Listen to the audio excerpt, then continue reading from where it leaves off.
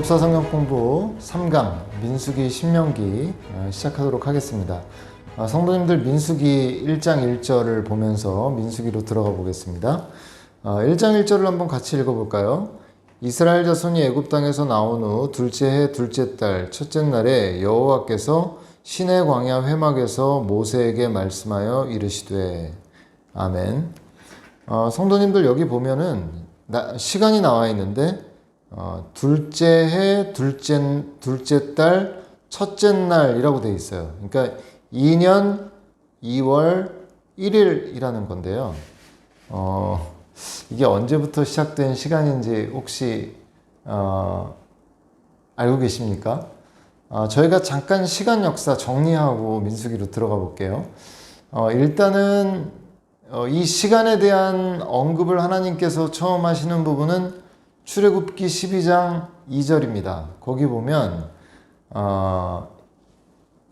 그때 말씀하셨던 때를 해의 처음, 달의 처음, 그 시간 날의 처음이 되게 하라고 하세요. 그러니까 말하자면 그 6월절에 대한 말씀을 주셨을 때가 1년 1월 1일이었어요. 그런데 아시다시피 6월절을 지키려고 그러면 양을 간직했다가 14일 있다가 6월절을 지키게 되잖아요. 그러니까 6월절을 지킨 날은 1년 1월 14일이 되겠죠. 그죠? 그리고 하루 있다가 출애굽을 했어요. 1년 1월 15일 날 출애굽을 했고요. 그리고 제가 지난 시간에 출애굽기에서 시내산 언약이 정말 이 모세오경의 핵심이자 구약에서도 중심되는 부분이라고 말씀드렸었는데요. 그 시내산에 도착했던 시간이 1년 3월 15일이에요. 그러니까 출애굽한 게 1년 1월 15일. 그리고 2달 만에 시내산에 도착을 한 거죠. 예. 아시겠죠? 여기까지 어렵지 않으시죠? 1년 3월 15일에 시내산에 도착을 했고요. 2년 1월 1일 날 성막을 건립하는 것을 완성을 했습니다. 그게 이제 출애굽기 40장 17절에 나오는데 2년 1월 1일에 그러니까 시내산에 도착한 지 9개월여 만에 성막 건립을 완성한 것이죠.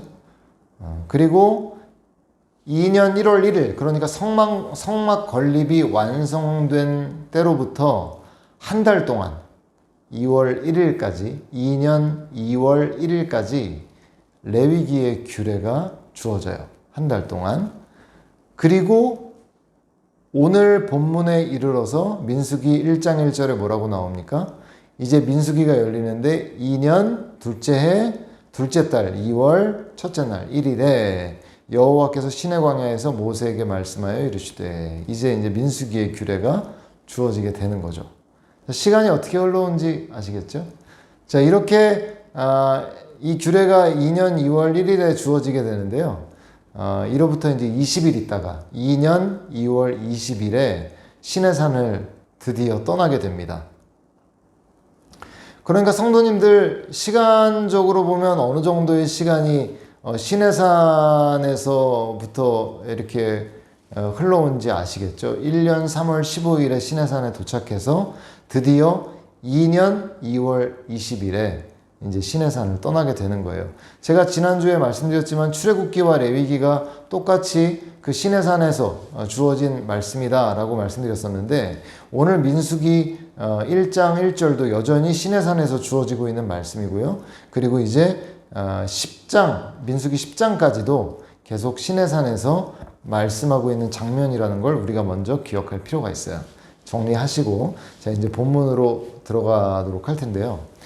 성도님들 이 언약의 흐름, 구속사적으로 지금 어떤 흐름 가운데 오늘 이 본문이 오고 있는지 우리가 이제 살펴보면서 더 깊이 들어가도록 할 텐데요.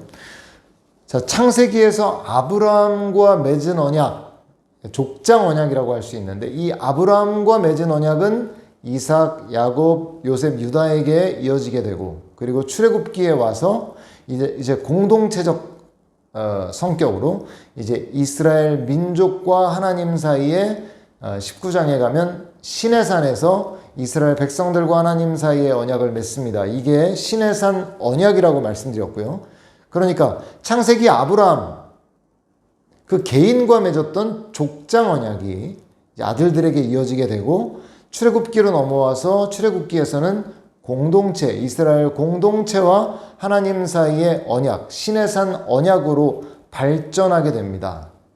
그래서 이 언약 당사자인 하나님과 백성들이 만날 수 있는 장소인 성막을 출애굽기 후반에 건립을 하고, 그리고 이제 그 언약 백성이 언약의 이 또 대상인 하나님께 어떻게 나아갈 수 있는가, 어떻게 나아가야 되는가, 그들은 어떻게 제사장 나라와 거룩한 백성으로 살아가야 하는가에 대한 규례가 레위기에 나왔다는 거죠. 그리고 이제 오늘 본문으로 이제 들어오고 있는데, 민수기는 이제 민수기를 우리가 들어감에 있어서 민수기는 그 씨의 약속, 자손의 약속의 성취와 함께 이제 아브라함에게 주셨던 두 번째 약속인 약속의 땅으로 진군하는, 나아가는 스토리가 민수기의 내용이라고 볼 수 있어요. 우리가 이제 뭐 아직 보진 않았지만 민수기에서 이 20세 이상 전쟁에 나갈 만한 사람들의 숫자를 헤아렸을 때 60만 3,550명이었고요. 그러니까 20세 이상으로 전쟁에 나갈 만한 사람들이 60만 3,550명이었으니까요. 여기에 카운트되지 않은 여자들과 또 우리 아이들까지 다 합했다고 한다면 대략 거의 한 200만 명 정도의 이런 사람들이 약속의 땅을 향해서 진군해 나아가는 것이죠. 성도님들, 지금 민수기의 이 서두에 인구조사를 하는 이 부분에 자연스럽게 하나님 나라의 그 자손의 약속 있죠. 하나님의 약속 중에 자손의 약속이 성취되고 있는 것을 어느 정도 좀 수치적으로 보여주고 있는 것 우리가 확인하고 넘어가야 돼요. 근데 이제 중요한 거는 이 많은 사람들이 이제 이동하는 것은 쉬운 일이 아니라는 겁니다. 저희 물레동교회 전교인 수련회 하면 뭐 가령 500명의 사람들이 모여서 같이 식사를 하고 프로그램을 하고 이런다 그래도 보통 일이 아닌 거 아시죠? 그죠? 500명만 해도. 그런데 이 당시에 광야에 있었던 사람들이 200만 명이란 말입니다. 근데 이런 사람들이 이동을 하고 뭐 어디에 잠깐 머무르고 이런 일은 쉬운 일이 아니죠. 게다가 이제 이스라엘 백성들이 진군하는 이 과정 가운데는 이들이 만날 적들도 있어요. 그래서 이제 전쟁도 치러야 되거든요. 그래서 민수기 1장에는 이들이 이제 1장부터 거의 10장까지의 내용이 이들이 진군하는 데 있어서, 이들이 이제 광야 진군을 하는 데 있어서의 준비를 하는 과정이 민수기 1장부터 10장까지의 내용이라고 볼 수가 있어요. 그래서 이제 1장의 인구조사가 되는 겁니다. 특별히 싸움에 나갈 만한 20세 이상의 사람들을 이제 세는 것이죠. 근데 우리가 단순히 인구조사를 하는 거에 있어서 사람의 숫자를 셌다 이렇게 그냥 간단하게 이렇게 볼 수 있는데, 여기서 우리가 좀 살펴볼 그런 내용이 있습니다. 단순히 여기에서 인구, 그 사람들을 셌다라고 하는 그 히브리어 단어를 볼 때 숫자를 카운트했다라는 의미가 아니에요. 오히려 한 사람 한 사람을 세웠다, 이런 의미야. 세웠다. 이게 뭘 의미할까요? 하나님께서 이스라엘 군대가 대략 몇 명이다, 다 합해서 몇 명이다라는 걸 단순히 카운트하려고 인구조사를 했다기보다는 하나님 앞에 그 한 사람 한 사람을 하나님의 동역자, 하나님의 군대로 세웠다는 것이죠. 한 사람 한 사람을. 구약에 보면은 인구조사가 여기에만 나오는 게 아니라 또 한 군데 나오는데, 그것은 사무엘하에 보면은 인구조사하는 장면이 나와요. 그때는 다윗이 인구를 세는데, 그때 다윗은 어떤 목적으로 인구를 세냐면요, 말하자면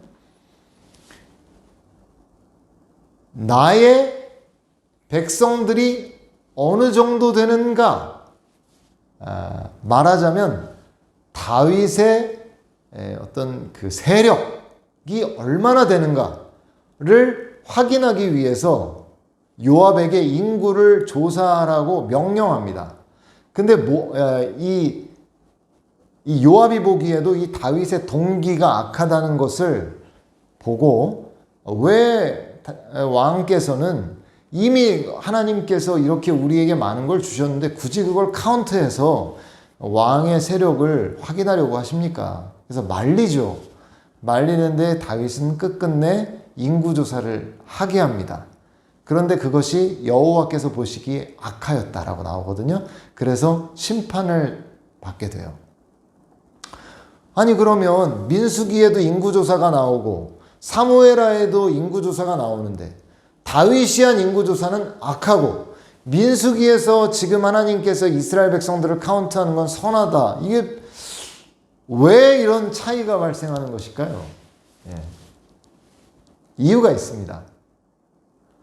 제가 말씀드렸듯이 사무엘하의 다윗의 인구조사는 자신의 세력이 얼마나 되느냐 이것을 확인하기 위해서 인구조사를 한 것이기 때문에 다윗을 위한 인구조사였죠.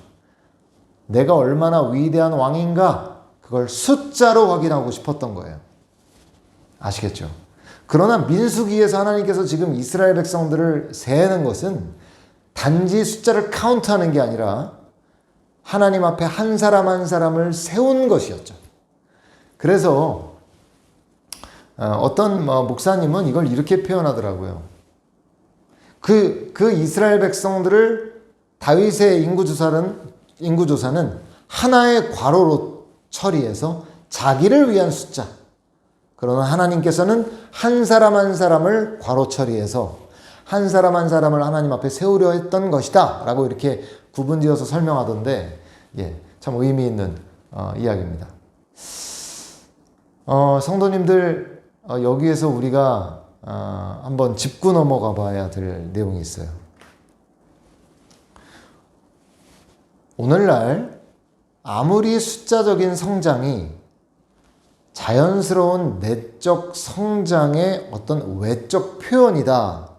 이렇게 표현하더라도 만약에 누군가 외적 성장 자체를 추구하는 마음이 그 마음 가운데 있다면 그것은 다윗과 똑같은 죄를 짓는 것이 된다는 것을 기억해야 돼요.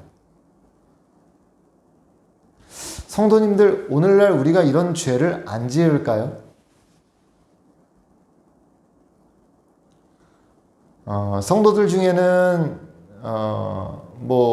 직장 생활을 하거나 사회 생활을 하다가 그리스도인들을 만나게 되는 그런 경우가 있죠. 그럴 때 이렇게 말한 경우가 혹시 있으셨는지 모르겠어요. 우리 교회 1000명 모입니다. 우리 교회는 5만 명 모입니다. 그래요? 그래서 5만 명은 좀 어깨가 올라가고 1000명은 왠지 어깨가 처지는. 혹시 이런 경험을 해보신 적 없으세요? 몇 명 모입니까? 혹시 교단의 다른 성도님들과 대화 나누면서 몇 명 모이나요? 이렇게 물을 때 왜 그렇게 묻죠? 우리가 이 정도 됩니다. 이걸 뭔가 과시하고 싶어 하는 것이죠. 그런 걸 묻는 분들은 대개 그래도 어느 정도 교회 규모가 있는 분들이 물어보겠죠. 개척교회나 그죠? 10명, 20명 되는 교회 성도님들이 그런 거 물으실까요? 아니에요. 그렇죠? 어떤 동기입니까? 다윗과 똑같은 죄를 짓는 거죠. 과거에 말입니다. 한국교회 안에 목사님들도 이런 착각을 참 많이 하셨어요. 숫자 자체가 어떤 내적 부흥의 증거라는 그런 차원에서가 아니라 그것이 마치 자기 자신을 대변해주는 자신의 뭔가 업적, 자신의 능력 이런 것들을 드러내주는 그런 것으로 많이 생각했던 때가 있었어요. 물론 지금도 그래요. 지금도 그렇지만 이것은 저희가 얼마나 두려워해야 되는 대목인가 우리가 생각해 봐야 됩니다. 결코 그것이 어떤 개인에 대한 자랑거리가 되어서는 안 됩니다. 그것은 하나님께서 이루신 하나님의 업적을 가로채서 자신의 영광으로 끌어오려는 악한 시도죠. 그리고 게다가 오늘날 어떤 그 숫자 자체를 놓고 그것이 마치 뭔가 그것을 추구하는 것이에요. 그래서 그것이 많아지면 뭔가 되어가는 것 같고 그것이 적으면 별것 아닌 것 같이 여기는 마음. 그것이 어떤 마음인지 아십니까? 하나님께서 한 영혼을 세우려는 하나님의 열심을 그것을 숫자 자체로 표현해서 때로 무시하기도 하고 때로는 자신의 어깨가 올라가게 되는 이것은 매우 두려운 죄입니다. 근데 죄인지도 모르고 막 짓고 살아가죠. 우리가 민수기를 우리가 공부하면서 그런 부분들을 정리하고 가야 돼요. 목회자들의 책임도 있습니다. 잘 가르쳤어야 되는데 목회자 자신도 속고 성도들도 속여왔던 이것은 우리가 정리해야 돼요. 그렇지 않습니다. 하나님께서는 한 사람 한 사람을 세우려 하신다는 것 기억해야 되고 어떤 누구도 하나님의 백성들을 숫자로 표현해서 자기의 어떤 자랑거리 삼아서는 안 된다는 거 우리가 기억해야 돼요. 자, 그래서 하나님께서는 한 사람 한 사람을 하나님 앞에 이 쓰임받는 하나님의 군대로서 세우십니다. 그래서 그 숫자가 얼마나 되는지를 오늘 본문에 말씀하고 있죠. 그래서 1장 46절에 보면 계수된 자의 총계가 60만 3,550명이었더라. 그러니까 군대의 숫자가 그 정도 됐다는 거죠. 그리고 2장에 넘어가면 회막을 중심으로 자, 성도님들 기억하셔야 돼요. 지금 이스라엘 백성들이 하나님과 언약을 맺고 성막을 지었죠. 그런데 말이죠. 그들이 머물러 있을 때는 성막을 중심으로 각 지파별로 지금 그것을 얘기하는 건데요. 그냥 아무렇게나 모여있으면 되는 게 아니고 이제 성막이 세워지고 어떤 지파가 어떤 위치에 자리 잡고 그 많은 그 이스라엘 백성들이 어떻게 자리를 잡고 모여 있어야 되고 그리고 말씀드렸지만 지금 민수기는 이동을 해야 되거든요. 그러면 누가 먼저 가고 누가 뒤에 가고 성막은 어디에 있고 어떻게 이동을 할 겁니까? 성도님들 이스라엘 백성들이 광야에서 진을 쳤을 때와 이들이 이동했을 때는 그 구성이 달랐어요. 그 구조가 달랐어요. 그래서 포메이션을 이 진을 치고 있을 때와 이동할 때 각각 다르게 했었어야 된다는 거죠. 그래서 그 내용을 지금 2장에 말씀해 주고 있는 거예요. 지파별로 어떻게 자리를 잡고 진을 치고 이동을 해야 되는가. 그래서 진을 칠 때는 성막 중심으로 어떻게 자리를 잡고 그리고 이동을 할 때는 성막을 다 걷게 되거든요. 그때 이제 레위인들이 어떻게 무엇을 어떤 성물을 어떻게 지고 어떻게 수레에 실어서 어떻게 이동하고 백성들은 어디에 서고 나팔을 불고 뭐 이런 것들에 대한 내용들이 이제 2장에 쭉 나오게 되고요. 3장과 4장은 제가 지금 말씀드렸던 성막에서 심우하는 그 레위인들이 그 성물들을 어떻게 다루고 어떻게 나아가야 되는지 그리고 레위인들의 인구조사가 4장에 나옵니다. 그래서 1장부터 4장까지의 내용을 뭐 이제 1장부터 10장이 이 진군의 준비라고 할 수 있지만 그 앞에 1장부터 4장이 묵자면 인구조사라고 그렇게 말할 수 있을 것 같아요. 자, 인구조사를 1장부터 4장까지 마쳤습니다. 그러면 이제 이동하면 될 것 같은데 갑자기 5장부터 나오는 얘기가 뭐냐면 정결례에 대한 거예요. 정결례. 이스라엘 백성들이 어떻게 정결케 할 것이냐, 진영을. 그런 내용들이 5장, 6장에 나오거든요. 갑자기 주제가 뭔가 자연스럽게 흘러간다라는 그런 생각보다는 뭔가 주제가 점프하고 있는 듯한 그런 느낌을 받게 되거든요. 왜 갑자기 5장에 정결례가 나올까? 성도님들 궁금하지 않으십니까? 5장에 정결례가 나오고 있는 것은 제가 보기에는 합당한 5장의 스토리는 이런 겁니다. 제가 이런 본문을 고려하지 않고 일반적인 생각으로 생각해 볼 때는 인구가 얼마나 되니까 이제 이동한다고 할 때 군인의 숫자를 셌잖아요. 그럼 이제 앞으로 이제 전쟁이 있을 것을 대비해서 인구의 숫자를 센 거고, 이제 어떻게 나아가야 될 것에 대한 얘기를 한 건데, 그러면 이제 앞으로 어떤 얘기가 나와야 될까요? 적들을 만났을 때 무기는 뭘 들고, 자, 어떤 지파가 어떻게 싸우고, 어떤 지파는 뭐 가령 선두에선 그런 군대가 패배했을 때는 어떤 지파가 나가서 싸우고, 뭐 어떤 지파는 빠지고 어떤 지파가 들어오고, 뭐 이런 얘기가 나와야 될 것 같은데 갑자기 5장에 정결례에 대한 얘기가 나온단 말이죠. 이거 어떻게 이해해야 될까요? 우리가 잊지 말아야 될 것 중에 하나는 이스라엘의 군대는 세상 군대와 다르다는 거예요. 자, 이스라엘 군대는 어떤 특징이 있을까요? 이스라엘의 군대는 하나님께서 이끄시는, 하나님께서 친히 싸우시는 그 하나님의 싸움을 뭔가 싸우는 도구로서의 어떤 이스라엘 백성들, 그리고 실제로 싸움은 하나님께서 이끌어 가시는 그런 전쟁을 하는 군대가 이스라엘 군대입니다. 이게 세상 군대와 이스라엘 군대가 다른 점이거든요. 그렇다면 이스라엘 군대는 하나님께서 역사하실 때 세상의 어떤 군대도 이길 수 없는 그런 강력한 군대가 될 수 있음과 동시에 이스라엘 군대의 최대 위협은 뭘까요? 적이 얼마나 강하냐가 아닙니다. 적이 얼마나 뛰어나냐가 이스라엘 군대에 있어서의 어떤 그런 위험 요소가 아니에요.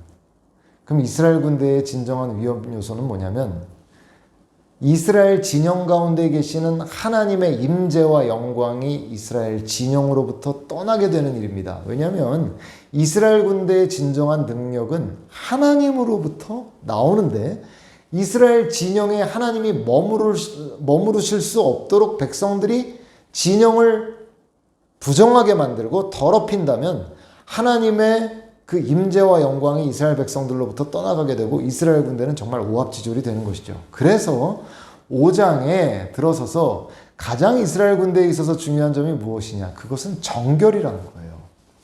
정결. 그래서 그들이 어떻게 정결을 유지해야 되는가에 대한 내용이 5장에 나옵니다. 그래서 5장에 보면 2절에 보면 이스라엘 자손에게 명령하여 모든 나병한 자와 유출증 있는 자와 죽음으로 부정하게 된 자를 다 진영 밖으로 내보내되.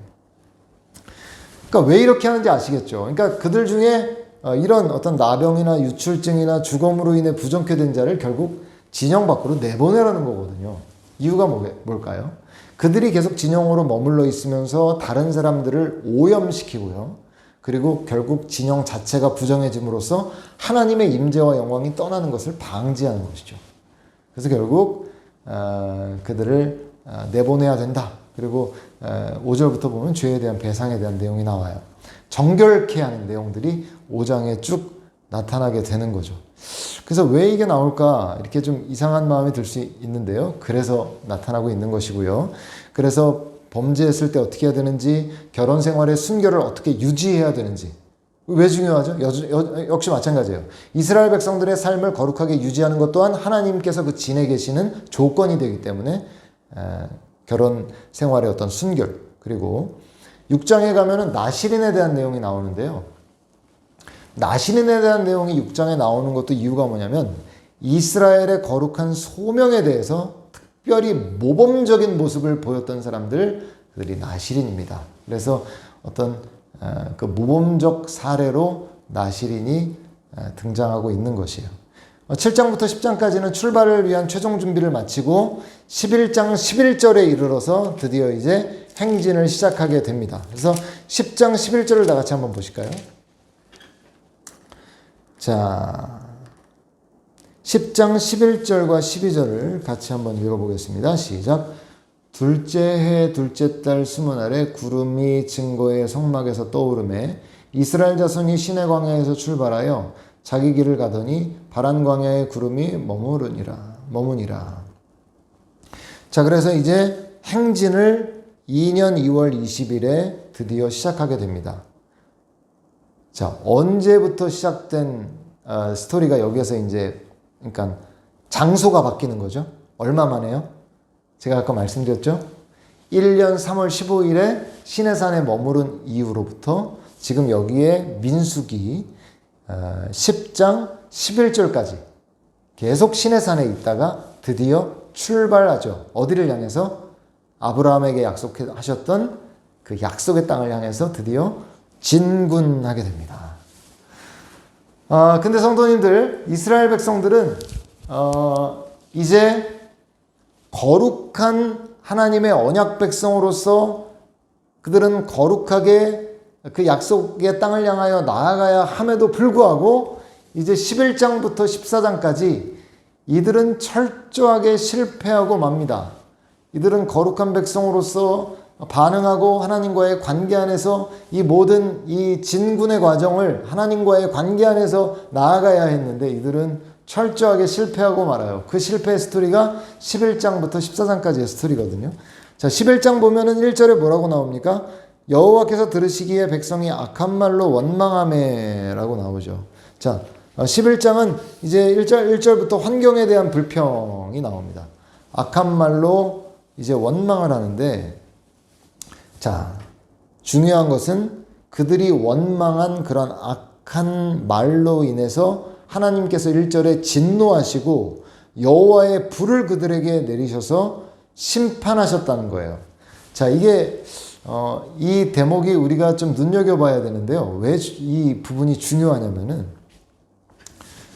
출애굽기에서도 출애굽하자마자 백성들이 광야에서 이제 시내산까지 이동하는 그 노중에 그때도 불평했었거든요. 마실 물이 없다, 뭐 양식이 없다 이러면서 막 불평했는데 그때는 심판이 내리지 않았었어요. 근데 여기 보면 이들이 원망하자마자 심판이 내리는 걸 볼 수 있죠. 어떤 차이가 있을까요? 자, 출애굽기의 출애굽 이후에 시내산까지 가기 전까지의 그 길의 그 상황은 시내산 언약을 맺기 이전의 상황이죠. 말하자면. 그죠? 그러나 지금 민수기의 지금 이 상황은 이들이 시내산에서 언약을 맺은 이후의 상황이라는 거예요. 말씀드렸지만 시내산 언약은 백성들의 책임 있는 반응도 요구하고 있었거든요. 근데 백성들이 그 상황 가운데 악한 말로 원망한 것이 언약 백성으로서의 합당한 모습이 아니었기 때문에 이들이 요구되는 신실함을 이들이 저버렸기 때문에 결국 이들에게 심판이 임했고 모세가 중보자로 나서서 결국엔 이 심판이 멈추게 되는 그런 상황으로 나아가게 됐다는 거예요. 우리가 기억해야 됩니다.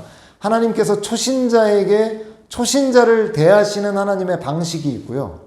그리고 영적으로 어느 정도 성숙한 사람들에 대해서 하나님께서 반응하시는 하나님의 반응이 있고요.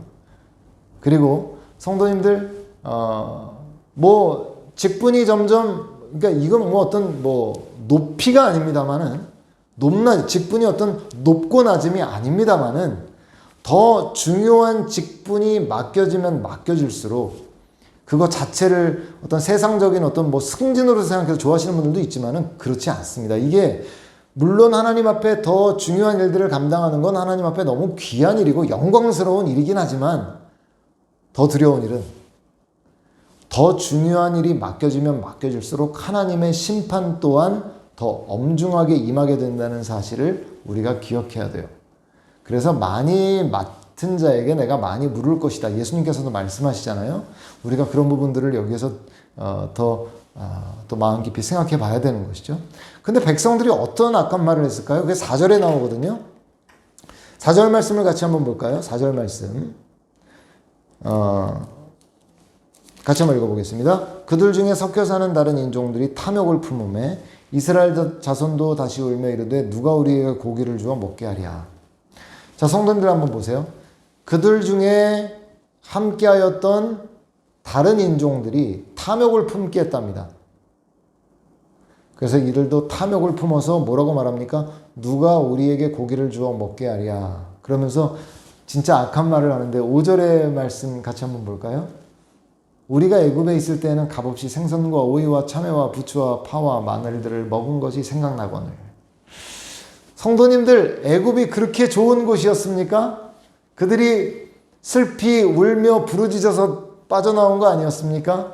그런데 마치 애굽이 정말 무슨 천국과 같이 묘사하면서 그들이 애굽이 좋았다 이렇게 말합니다.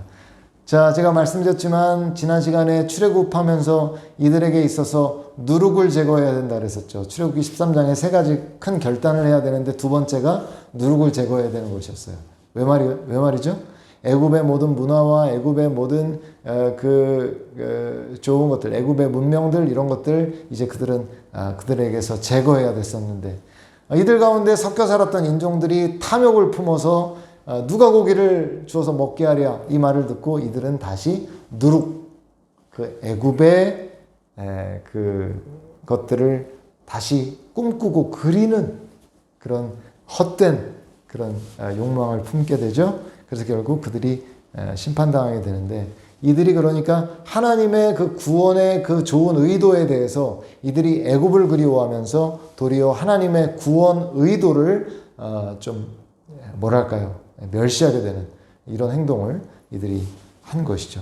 이들의 이렇게 마음이 바뀌었기 때문에 8절을 보면 만나에 대한 평가도 바뀝니다. 뭐라고 나오죠? 만나가 뭐라고 나옵니까? 기름 섞은 과자 맛 같았다. 원래 만나의 맛이 뭐라고 했었는지 기억하세요? 꿀 섞은 과자 같았다. 근데 이들의 마음이 상하고 나니까 하나님을 향한 마음이 사라지고 나니까 뭐라고 그래요? 기름 섞은 과자 맛 같았다. 그러니까 보세요. 우리 신앙에 있어서 참 중요한 게 뭐냐면은 우리 마음이에요. 우리 마음의 중심이라고요. 하나님 안에서 우리가 은혜롭고 하나님 안에서 충만할 때는 모든 환경도 감사의 조건이 되는데 우리의 마음이 하나님께로부터 멀리 떨어지게 되면 환경을 다 불평하고 원망하게 되는 거예요. 그래서 우리 입술에 불평과 원망이 나올 때 한번 돌이켜 봐야 돼요. 우리가 하나님과의 관계가 어떤가 말이죠. 우리가 하나님 안에서 온전한 마음, 하나님 안에서 관계가 좋을 땐 모든 게 감사하거든요. 그래서 감사가 나올 땐 나의 신앙이 그래도 어느 정도 안전하게 가고 있구나 이런 증거가 되기도 하고요. 원망과 불평이 나올 땐 뭔가 하나님과의 관계가 어렵구나라는 거 우리가 볼 수 있어요. 자, 그러니까 하나님께서 뭐라고 하십니까? 20절에 냄새도 싫어하기까지 한 달 동안 먹게 하시죠. 그 말씀 끝에 뭐라고 나옵니까? 어찌하여 애굽에서 나왔던가 이들이 이렇게 말했기 때문에 그래서 한번 보십시오. 하나님께서 어떻게 하시는지 31절에 같이 한번 읽어볼까요? 바람이 여호와에게서 나와 바다에서부터 메추라기를 몰아 진영 곁 이쪽 저쪽 곧 진영 사방으로 각기 하룻길 되는 지면이 2규빗쯤에 내리게 한지라. 자, 성도님들 한번 보세요. 하룻길 대략 얼마나 될까요? 한 10시간 걷는다고 하고요. 1시간에 한 4km 걷는다고 생각해 보면 대략 한 40km 되겠죠? 그러면 물레동에서 40km 가면 얼마나 될까요? 한 수원 정도 될 겁니다. 그러면 여기에서부터 물레동에서부터 수원까지예요. 거기서 2규빗 하면은 한 어느 정도 될까요? 1m 좀 안 됩니다. 그러면 보세요. 메추라기가 떨어졌는데 여기에서부터 수원까지 대략 한 1m의 높이로 메추라기가 떨어졌다. 쫙! 얼마나 징그러웠을까요? 저는 이거 뭐 상상이 안 되는데 그 정도의 메추라기가 내렸단 말이죠. 이스라엘 백성들이 영적으로 얼마나 지금 어두워져 있는지 그 정도 내렸으면 심판인 거 눈치채야 되는데 좋다고 먹었습니다. 그래서 하나님께서 결국 이사이에 있어 고기가 아직 이사이에서 씹히기 전에 여호와께서 백성에게 대해 진노하셔서 큰 재앙으로 치시죠. 자, 이들이 결국 이렇게 심판을 당하는 것이에요. 자, 계속 실패하는 모습을 보여주죠. 12장에 들어서서는 권위자에 대한 불평과 원망을 합니다. 모세가 구스 여자, 그러니까 이방 여인을 취한 것을 두고 미리암과 아론이 모세를 비방합니다. 성도님들 모세가 잘했다는 게 아닙니다. 구스 여자를 취한 건 잘못한 거 맞아요. 그런데 모세가 잘했다는 것이 아니라 하나님께서 모세를 세우신 권위에 대한 비방으로 이것이 나아갈 때 하나님께서는 그 허물을 그냥 두시지 않는다는 것 우리가 기억해야 돼요. 결국 그래서 하나님께서 심판하시죠.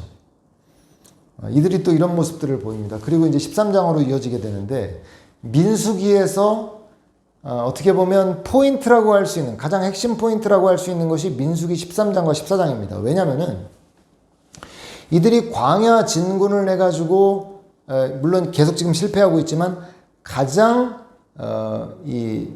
이들의 이 진군이 실패로 돌아가는데 핵심적인 역할을 한 사건이 바로 민수기 13장부터 14장에 나오는 이 가데스바네아에서의 사건이기 때문에 그래요. 그래서 민수기의 포인트라고도 할 수 있는데 이 본문을 잘 아시지만은 이제 지파의 대표들을 뽑아서 그 땅을 정탐하지 않습니까? 그런데 이것도 말이죠. 신명기에서 보면은 뭐 이게 꼭 마치 이 민수기 본문만 보면은 여호와께서 모세에게 이르시되 그들에게 정탐하게 하라. 그러면 하나님께서 마치 이거를 그냥 원래 그냥 정탐하게 한 것처럼 보이잖아요. 근데 신명기 1장 22절에 보면은 백성들이 먼저 우리가 그 땅을 가서 정탐을 해봐야 되겠다라고 먼저 얘기합니다. 그러니까 이 민수기에서는 그 내용은 나와 있지 않은 것이죠. 그러니까 백성들이 그 땅에 대해서 뭔가 믿음으로 가려고 했다기보다는 불안한 거죠. 뭔가 봐봐야 되겠다 우리가. 그래서 결국에는 정탐을 합니다. 그래서 그 내용들이 나오지 않습니까? 이제 26절부터 이 33절까지가 정탐꾼들의 보고인데 뭐라고 보고하죠? 좋은 땅 맞다. 그러나 거주민이 강하고 심히 견고하고 클 뿐만 아니라 이러면서 뭐라고 합니까? 우리는 그들이 우리보다 강하기 때문에 우리가 메뚜기 같기 때문에 우리는 결코 그 땅을 취하지 못할 거다. 그런데 갈렙이 뭐라고 합니까? 아니다. 그 땅을 우리 취할 수 있다. 하나님이 우리와 함께 하시면 취할 수 있다. 이렇게 정탐꾼들의 이런 어떤 보고가 갈리잖아요. 근데 이 이야기를 듣고 백성들의 반응이 14장에 나오거든요. 이것이 바로 하나님의 심판, 하나님의 이들을 이제 광야에서 이 광야 40년의 시간을 보내게 되는 방아쇠를 격발하는 이들의 언급이 돼요. 그 14장 1절부터 3절의 내용이죠. 체크하셔야죠. 이런 구절은. 같이 한번 읽어볼까요? 온회중이 소리를 높여 부르짖으며 백성이 밤새도록 통곡하였더라. 이스라엘 자손이 다 모세와 아론을 원망하며 온회중이 그들에게 이르되 우리가 애굽 땅에서 죽었거나 이 광야에서 죽었으면 좋았을 것을 어찌하여 여호와가 우리를 그 땅으로 인도하여 칼에 쓰러지게 하려 하는가? 우리 처자가 사로잡히리니 애굽으로 돌아가는 것이 낫지 아니하랴. 자, 여기서 가장 문제가 되는 언급은 3절에 보면 어찌하여 여호와가 우리를 그 땅으로 인도하여 칼에 쓰러지게 하려 하는가? 하나님께서 출애굽을 시킨 의도가 구원인데요. 하나님께서 출애굽을 시킨 의도가 우리를 죽게 하려는 것이다 라고 백성들이 말하죠. 그 정탐꾼들의 그 보고를 듣고 마음 가운데 하나님을 믿음으로 바라보지 못하던 이 백성들의 이 영적인 이 어두움은 결국 그 10명의 부정적인 그 보고를 듣고 결국에는 하나님의 구원의 의도까지도 오히려 우리를 죽이려 하는 것이다. 여호와께서 우리를 이 광야에서 죽이려고 끌어냈다라고 결국 말하게 만들죠. 그래서 이 방화쇠를 격발하는 이런 언급이 되어서 결국 하나님으로부터 심판을 당하게 됩니다. 그래서 어떻게 되죠? 22절부터 24절이 심판이죠. 체크하셔야 되겠죠. 14장 22절부터 24절. 거기 보면 읽어보겠습니다. 내 영광과 애굽과 광야에서 행한 내 이적을 보고서도 이같이 10번이나 나를 시험하고 내 목소리를 청정하지 아니한 그 사람들은 내가 그들의 조상들에게 맹세한 땅을 결탄코 보지 못할 것이요 또 나를 멸시하는 사람은 한 사람도 그것을 보지 못하리라. 그러나 내 종 갈렙은 그 마음이 그들과 달라서 나를 온전히 따랐은즉 그가 갔던 땅으로 내가 그를 인도하여 드리리니 그의 자손이 그 땅을 차지하리라. 그 사람들은 결단코 그 땅을 보지 못할 것이다. 그러니까 출애굽 1세대는 그 약속의 땅을 보지 못할 것이라는 것이죠. 그리고 31절에 보면 너희가 사로잡히겠다고 말하던 너희의 유아들, 이제 이들이 출애굽 2세대들이 되는데요. 그들을 인도하여 드리겠다. 32절에 보면 너희의 시체는 이 광야에 엎드러질 것이다. 자, 그래서 결국 이 심판을 당하게 되고 이들이 정탐한 날을 1년으로 카운트해서 이들은 40년 동안 이제 광야에서의 이런 방황의 시간을 갖게 됩니다. 자, 이 이야기를 듣고 이제 백성들은 심판의 이 상황의 심각성을 깨닫고 어떻게 합니까? 잘못했습니다. 이제라도 올라가겠습니다. 모세가 말리는데 결국 올라가죠. 이렇게 말을 안 듣습니다. 그래서 결국 또 심판을 당합니다. 자, 우리가 이 14장의 내용을 보면서 과연 1세대들은 죽는다는 것이죠. 그리고 이렇게 심판당하는 모습을 보면서 하나님의 언약이 정말 과연 하나님께서 약속하신 대로 이루어질 수 있을까? 이런 의문을 품게 되는데요. 말씀드렸듯이 이 언약을 결국 성취해내는 것은 어떤 인간의 신실함에 의지해서 나아가는 것이 아니고요. 여호와의 신실하심, 하나님의 언약의 신실하심에 의해서 결국 이 언약이 성취되어져 간다는 것을 알 수 있습니다. 15장에 보면 15장 2절에 뭐라고 말씀하죠? 체크해야 될 텐데요. 체크하시고요. 같이 한번 읽어보겠습니다. 이스라엘 자손에게 말하여 그들에게 이르라 너희는 내가 주어 살게 할 땅에 들어가서. 자, 하나님께서 이제 너희에겐 미래가 없어라고 말씀하시는 게 아니라 장차 다음 세대가 약속의 땅에 들어갈 것이기 때문에 이제 그때를 바라보시면서 이제 말씀들을 주고 계시는 거예요. 15장에 들어서서. 그래서 이제 하나님께서는 백성들은 실패했고 그들은 하나님 앞에 이렇게 패역했지만 하나님께서 결코 그 백성들과의 언약을 파기하지 않으시고 계속해서 그 언약을 이끌어 가시는 모습을 볼 수 있습니다. 그러나 백성들은 또 패역합니다. 그래서 여기에서 실패, 하나님의 소망, 실패, 하나님께서 보여주시는 소망, 이렇게 계속 반복적으로 이제 나타나게 돼요. 제가 지난번에 계속 말씀드렸듯이 하나님은 계속 구원하려 하시고 백성들은 계속 그 구원을 막으려 하는 마치 그런 모습이 계속 이제 번갈아 나타나게 되죠. 16장에 넘어가 볼까요?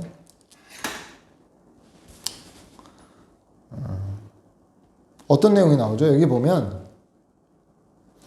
이제 레위 고핫 자손의 고라와 르우벤의 다단, 온이 이스라엘 자손 총회 중에 택함받은 250명과 같이 모세와 아론을 거역합니다.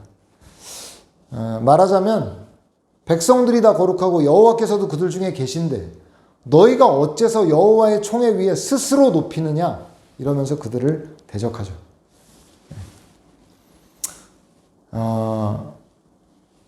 그러니까 하나님께서 허락하신 권위에 대해서 인정하지 않고 모세 아론 너희가 스스로 너희를 높이는 것 우리가 인정할 수 없다. 이런 식으로 얘기하는 것이죠. 그래서 이들이 결국 심판을 받습니다. 이들은 이런 악을 행해서 또 심판을 받게 되는데요. 17장에 하나님께서 그 내용에 대해서 정리를 해주세요. 17장에 보면 아론의 쌍난지팡이에 대한 내용이 나오잖아요. 이 아론의 쌍난지팡이로 이 백성들의 그 어떤 그 의문을 정리해 주시는 거예요.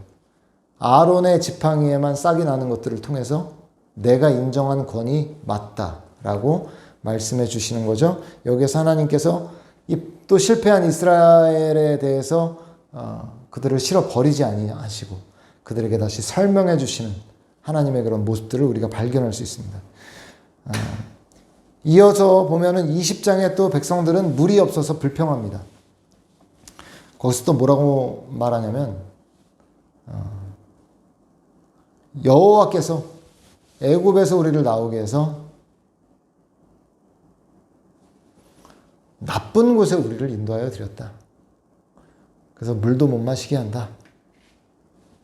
그래서 모세를 명해서 반석을 명하여 물을 내라 라고 하는데 모세가 어떻게 하죠? 반석을 칩니다. 그래서 심지어 모세도 약속의 땅에 못 들어가게 되죠. 이 백성들의 실패, 모세의 실패를 보여주는데 그렇다고 물이 안 나오는 게 아닙니다. 모세가 반석을 내리쳤지만 하나님께서는 물을 내주세요. 백성들의 실패, 모세의 실패와 하나님의 은혜, 하나님께서 보여주시는 소망을 보게 하죠. 실패, 소망, 실패, 소망. 21절에 가면 또 백성들은 원망합니다. 21장에 보면 무슨 내용이 나오죠? 노뱀 사건이 나오는데요. 먹을 것이 없다. 원망이야.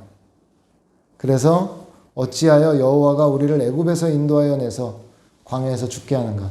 아까 가데스 바네아의 그 백성들의 죄가 가장 심각했던 이유가 뭐 때문이라고 말씀드렸죠?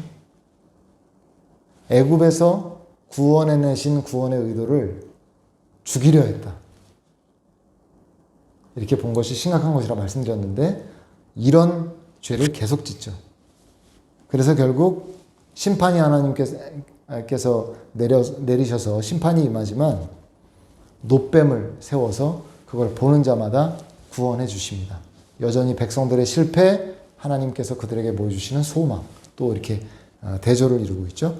그리고 이제 이어서 발람 스토리가 나오는데요.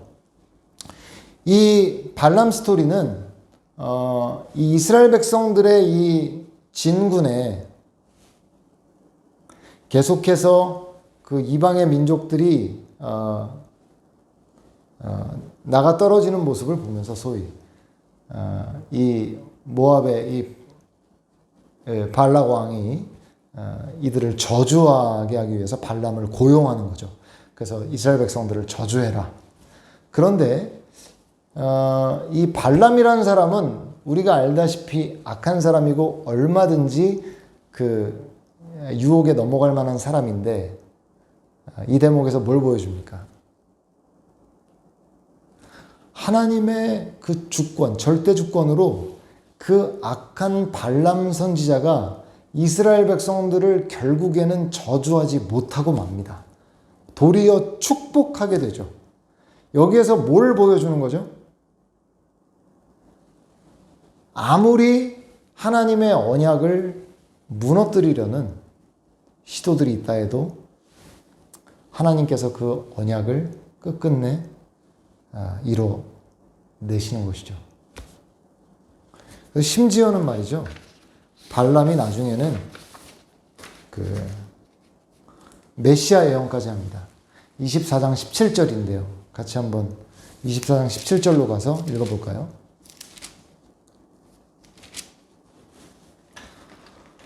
함께 읽습니다. 내가 그를 보아도 이때의 일이 아니며 내가 그를 바라보아도 가까운 일이 아니로다.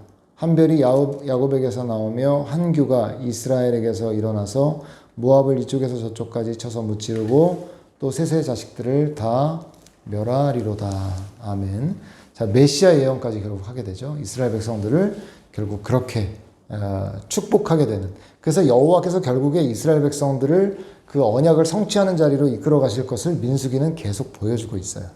근데 25장에 넘어가서 이스라엘 백성들은 다시 시딤에 머물러서 모압 사람들과 음행하기를 시작합니다. 물론 여기에 배후에는 발람 선지자가 있다는 걸 나중에 알게 되는데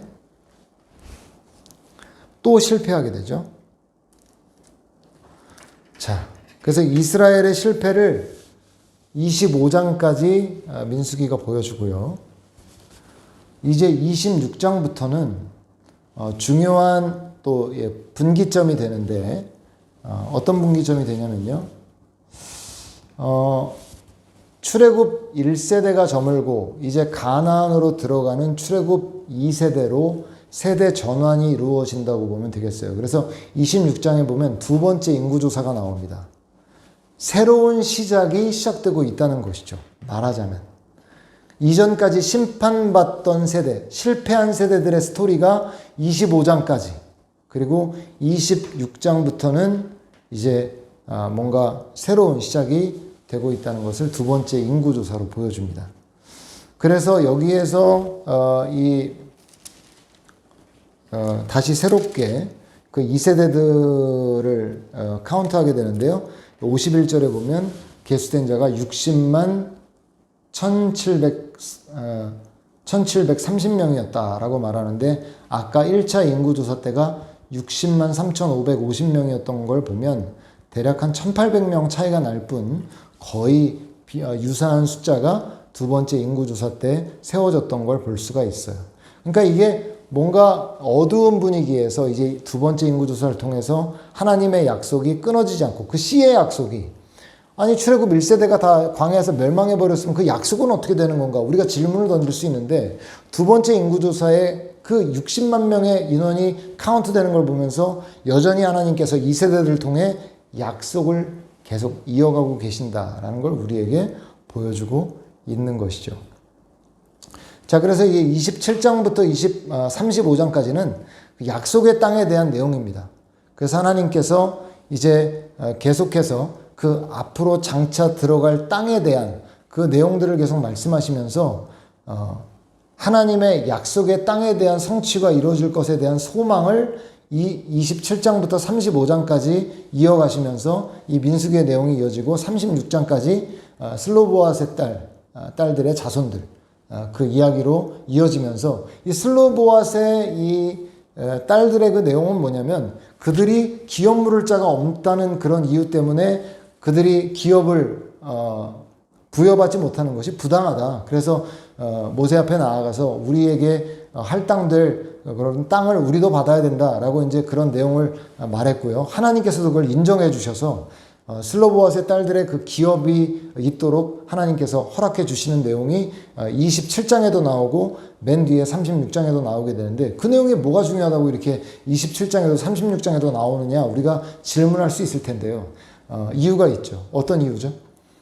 미래가 있다는 거예요. 미래. 그 약속의 땅이 그들 앞에 이제 장차 오게 될 것이라는 하나님의 언급이 슬로보아스의 딸들의 그 내용들을 통해서 나타나게 된다는 거죠. 그래서 27장부터 36장까지는 소망에 대한 내용으로 채워진다는 것을 알 수 있습니다.